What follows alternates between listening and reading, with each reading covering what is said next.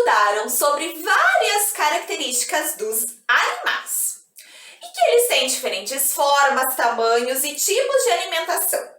Além disso, estudaram que eles se locomovem de diferentes maneiras e podem viver em vários ambientes. De acordo com as suas características, os animais eles podem ser classificados em grupos. Hoje, vocês vão estudar a organização dos animais em dois grandes grupos: os vertebrados e os invertebrados. Pronto para estudarmos ainda mais sobre estes seres tão magníficos que são os animais? Então vamos lá!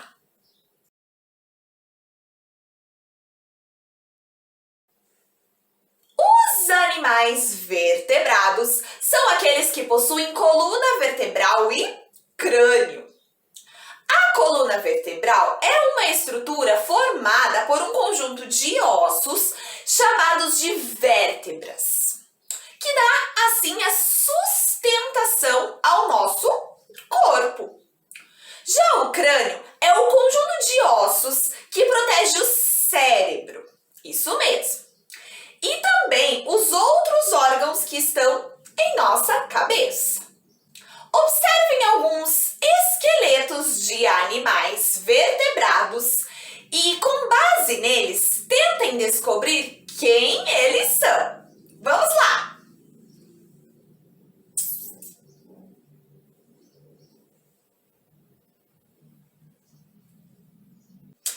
E aí, conseguiram descobrir quais animais nós temos aqui?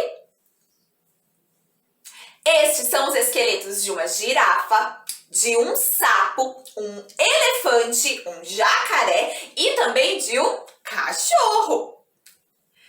Os animais vertebrados, eles são divididos em 5 grandes grupos: os peixes, os anfíbios, os répteis, as aves e os mamíferos.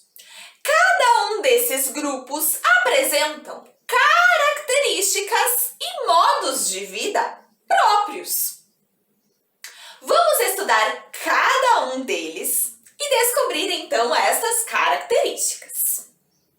Vamos iniciar pelos peixes. Os peixes, eles são animais que vivem em ambientes aquáticos. Eles se locomovem por meio de nadadeiras e, em geral, eles respiram por brânquias. A maior parte dos peixes tem a pele coberta por escamas. Existem cerca de 28 mil espécies de peixes catalogados.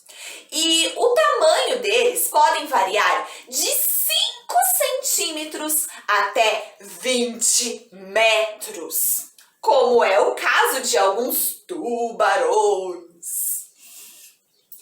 Os peixes, eles podem ser encontrados nos rios, nos lagos, em açudes, pântanos e também nos mares e oceanos. A sua alimentação é baseada em algas, porém, algumas espécies também se alimentam de outros animais. Agora vamos para os anfíbios. Anfíbio significa vida dupla. Anfi, duplo, bio, vida. Ou seja, esses animais, eles passam uma fase de sua vida no ambiente aquático e a outra em ambiente terrestre. Quando nascem, os anfíbios, eles vivem na água e respiram por brânquias, sendo chamados de girinos. Quando se tornam adultos, a maioria dos anfíbios passam a viver então em solo úmido e a respirar por meio de pulmões e também pela pele. Os sapos, as pererecas e rãs são bons exemplos de anfíbios. O próximo grupo é o grupo dos répteis. De Diferentemente dos anfíbios, os répteis eles são animais totalmente adaptados ao ambiente terrestre. Eles respiram apenas por pulmões, têm a pele seca e coberta por escamas ou carapaça. Muitos deles põem ovos com casca rígida e resistente.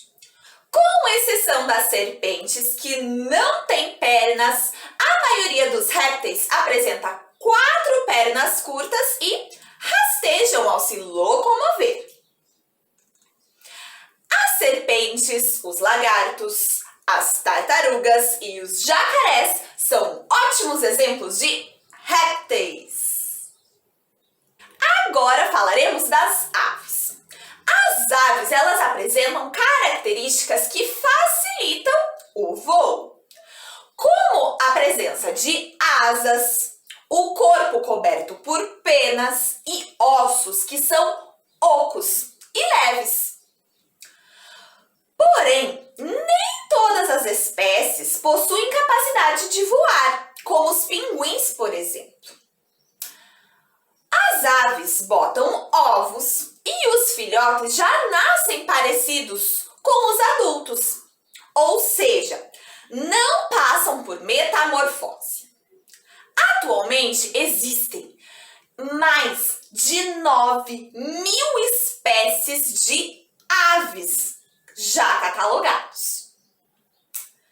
A galinha, o pavão, a coruja, o pica-pau e o pinguim são alguns exemplos de aves. Por fim, falaremos dos mamíferos. Os mamíferos são animais que têm o corpo coberto por pelos e respiram por pulmões. Os filhotes desenvolvem-se dentro do corpo da mãe e, quando nascem, são amamentados por ela.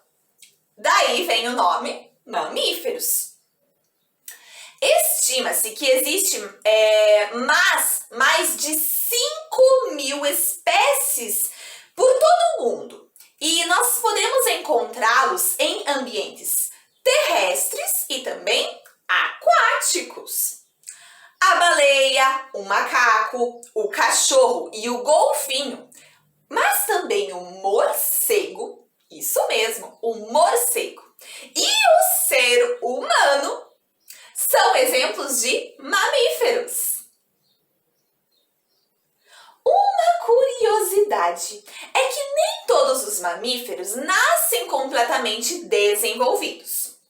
Os filhotes de gambá, assim como os de canguru, nascem antes e não estão totalmente prontos para a vida fora do corpo da mãe.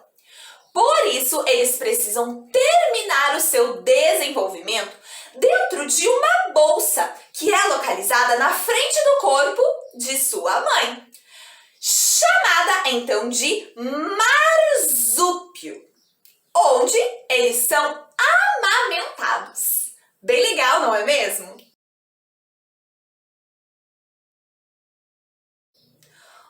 Agora, os invertebrados são um grande grupo que representam a maioria dos animais. Isso mesmo! A maioria dos animais são invertebrados.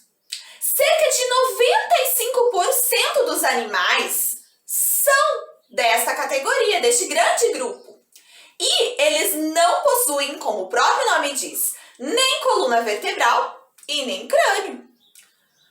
Os animais invertebrados, eles podem ter o corpo mole, como as minhocas, por exemplo, ou duro, como os besouros. Aí você pode me perguntar, mas prof, como podem ter o corpo duro se não possuem coluna vertebral e nem crânio? Isso é possível, pois eles possuem um esqueleto externo, ou seja, um esqueleto que fica por fora do seu corpo. Ele é chamado de exoesqueleto e é uma camada externa ao corpo e resistente, mas flexível a eles. Não é formada por ossos, mas é como uma espécie de roupa, que é bem resistente e precisa ser constantemente trocada. Isso mesmo, eles trocam este exoesqueleto à medida em que vão desenvolvendo-se. Assim, um animal que possui exoesqueleto, ao nascer, possui ele de um tamanho. Conforme este animal vai crescendo, ele precisa trocar, então ele abandona o exoesqueleto antigo e é formado um exoesqueleto novo. Assim, é como se ele trocasse de roupa, trocasse esse exoesqueleto a cada vez que vai desenvolvendo-se e vai ficando cada vez maior. Os invertebrados, eles podem habitar o solo, como as formigas, ou a água, como as estrelas do mar. Observem só alguns exemplos de animais invertebrados, que são muitos.